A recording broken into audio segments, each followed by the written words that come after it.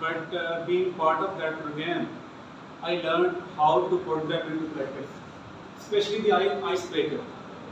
Because when your students they are not taking interest into the lesson, it's better to in order to get them take interest into your activities in the class. It's better to introduce icebreakers, and then I will like to name a few ones of them. And 2-minute mixer, it was a wonderful icebreaker. And then we learned the idea of gamification, how to teach English language by making your student play games. Okay. And finger palm, it was a wonderful game, and I applied that game into my classroom. And my student, they enjoyed that game, and through enjoyment, they learned it a lot. Plus, those things, there are other things that impressed me too much.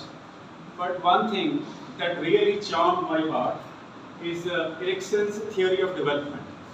Because I studied that theory, and I try to know my student, keeping in mind their age group, and then try to learn what crisis they are facing, and how, as a teacher, can I help them overcome those crises.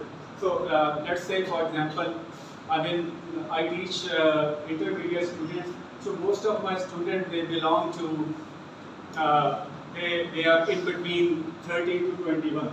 So I started looking at that crisis. So at that stage, they are suffering from identity or confusion. Either they are very confused about their role, or they are very clear.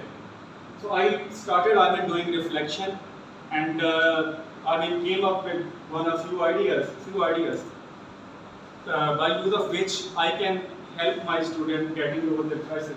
And I myself, since I'm into my late 40s, so I look at another stage, that is 7th stage, and there the crisis is between generativity plus stagnation. Generativity means, when you generate new idea, when you tend to be creative. Okay. So on the other hand, if you are not creative, you will, stop coming up with new ideas. So not only,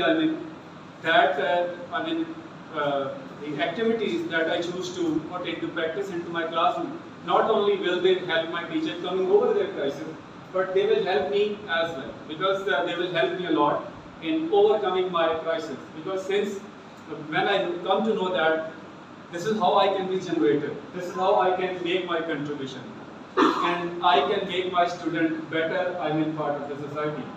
So there are a few reflections.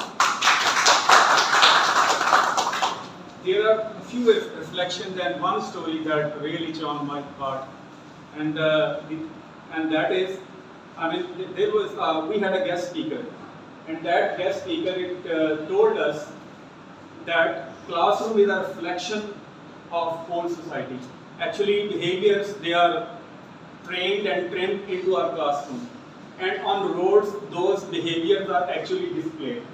So if it's better, if we start working on the behavior of our students. So this is how, because we can help them trimming their behavior. So you must have seen that we are very messy, especially when we are on roads. So if we train them into our classroom, they will try to exactly reflect that behavior when they are on roads. And another thing that really appealed to my heart, we human actually,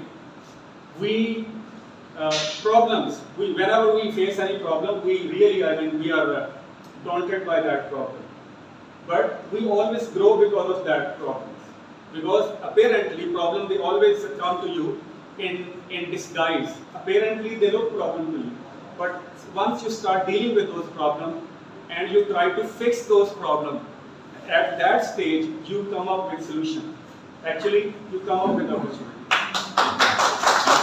So that was really amazing idea for me, because so though we are having many problems in our country, so it is better to stay here and started dealing with those problems. In process of doing so, we will inshallah, we will come up with better ideas, and we will have their better solution. Thank you very much.